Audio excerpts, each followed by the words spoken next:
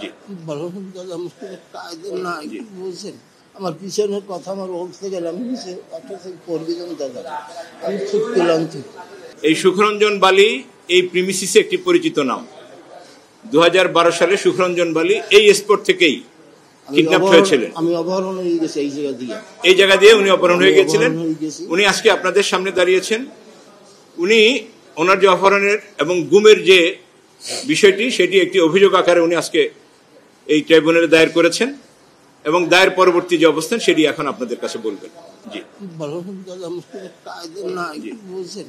আমার পিছনের কথা আমার বলতে গেলে আমি নিচে একটা থেকে করবি দাদা, আমি খুব ক্লান্ত, আমি বলতে পারবো না দাদা। শুধু এটুকু বলেন যে আপনাকে কারা ডেকে এনেছিল সাক্ষী দেওয়ার জন্য? প্রথমে আমার সাক্ষী ওই পুলিশ।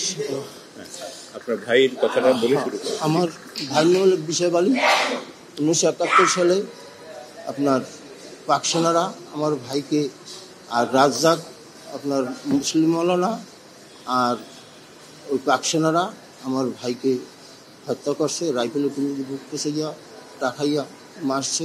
আমি বাথরুমে বসিয়া আমার মা আর আমি দেখছি। দেখার পরে আমার ঘর দরজা পোড়াই দিয়েছে। তখন আমার ভাই উঠে বসে ছটফট করিয়া আর কি লাফাইতেছে।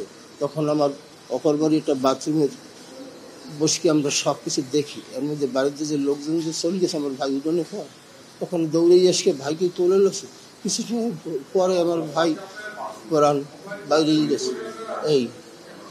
এই অবস্থায় আমি ছিলাম।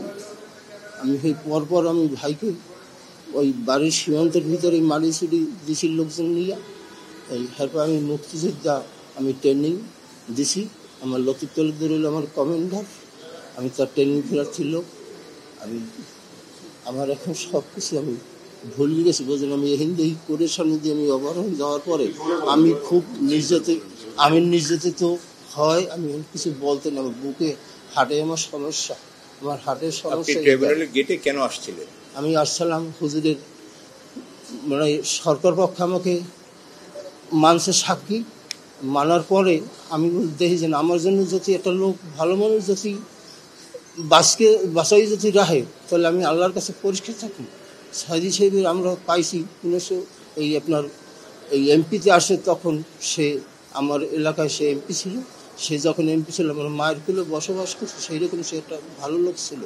সেই জন্য সেই লোকটা যদি আজ যদি একটা মিথ্যা মামলা যদি তারে ফাঁসাই দেয়, সেইটাকে সত্য সাক্ষীর জন্য আমি আসছি এলাম এই কোর্টে। তখন আমি অপহরণ হয়ে যাওয়ার পরে আমি খুব নির্যাতন মুক্তিতে আমি এইভাবে এখন তার দীর্ঘ যাই, মানে আমি অসুস্থ অবস্থায় নিয়ে গেছে। আপনার এইখান দিয়া নিয়ে গেছে, কোনখানে আমি বলতে পারি না। এইখান দিয়ে নিয়ে গেছে, নেওয়ার পরে আপনার এইখানে প্রশাসনরা নেওয়ার পরে মানে আমার নাক মুখ আটকাইয়া কোথায় নিয়ে গেছে নিজেই আমি জায়গার কথা আমি বলতে পারবো না।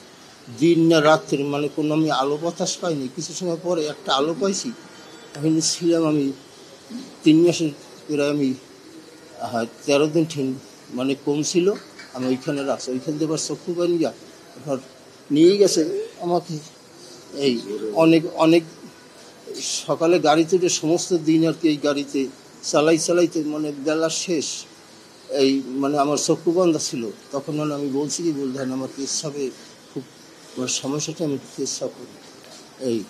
এর মধ্যে গাড়ি থামাইছে, কলে রাখ দিয়ে একটু পর থামাই। এই কিছু সামনে তো বলার পর একটু সামনে থামাইছিল। আমি সেই গাড়ির পাশেই আমি পেশাব করছি। পেশাব করিয়ে দেখার পরে দেখি যে মানে ডাইন দিকে বিসির অফিস, মানে বিসি বসা দেই একটা আপনার বৈঠকখানের উপরে। তখন কোনো দেখি কোনানে আনকে দিলেন আমার। আমি ব্যাপার হচ্ছে আমি ওদিকে আমি যাব না। কারণ না যাবে কিনা বল না, দেখেন আপনারা আমাকে এত কষ্ট না দিয়া আমাকে আপনারা মারি ফেলেন, আমার সহ্য হয় না। অ্যান্টিব্যাকটেরিয়াল অ্যাডিটিভ যুক্ত সেরা ওয়াটার ট্যাঙ্ক বিশুদ্ধ পানিতে ব্যাকটেরিয়া জন্মাতে দেয় না। এরপর আমার দুইজনে হাত ধরে গিয়ে টানিয়ে নিয়ে বিসির হাতে দেশে দেওয়ার পর বিসির আমার 2 কান পাশে মারছে, এই জায়গায় মারি গিয়া লাথি দেশে। এই হেঁটে বিচেন এখন বৈকের অফিসের ভিতরে অফিসে নিয়ে পিডিওরা দিয়ে বানিয়া আমাকে পিটেছে। আমি 2.5 ঘন্টা 3 ঘন্টা বেরিয়েছিল। এই জন্য হাতে আমার মাংস নেই, ডাইনেতে জয়েন্ট, মানে আমি খুব নির্যাতন করি।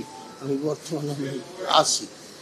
ওইখানটা আপনার বইকের বোটা দিয়ে শহীদনগর থানায় এনেছে, থানা দিয়ে পরদিন আপনার বসিরহাট কোর্ট বা জেলে আনছে।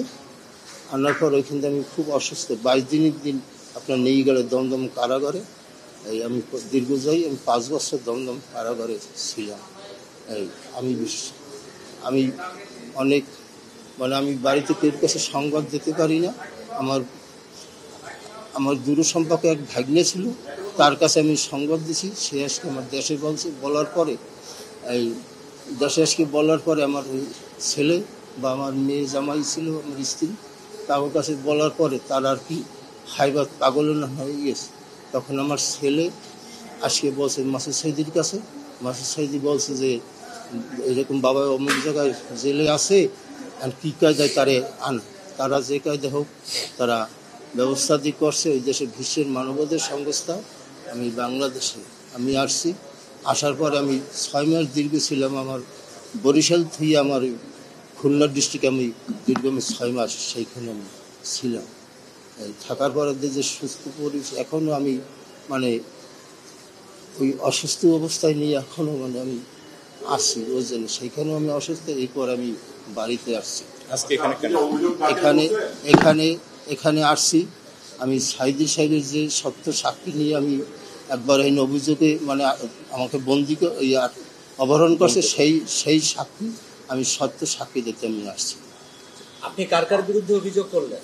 হ্যাঁ, কাকে অভিযোগ করলেন? আপনি যে অভিযোগটা জমা দিলেন সেখানে আসামি করলেন কাদের, আর কি চান আপনি? আর কি লেখা আছে সবই কাগজের লেখা আছে বুঝলেন। আমি যেমনি আমি স্মরণ শক্তিটা আমার এখন নাই বর্তমানে।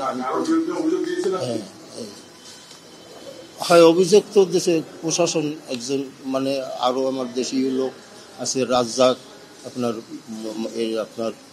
হলো এই জায়গার যে আমি অভিযোগ যে দিছি মানে তাদের তো কেউ আমি চিনি না। যখন আমি এই জায়গায় বন্দি হয়েছি আমি কেউ চিনি না। চক্ষু বানিয়ে নিয়ে গেছে কার কথা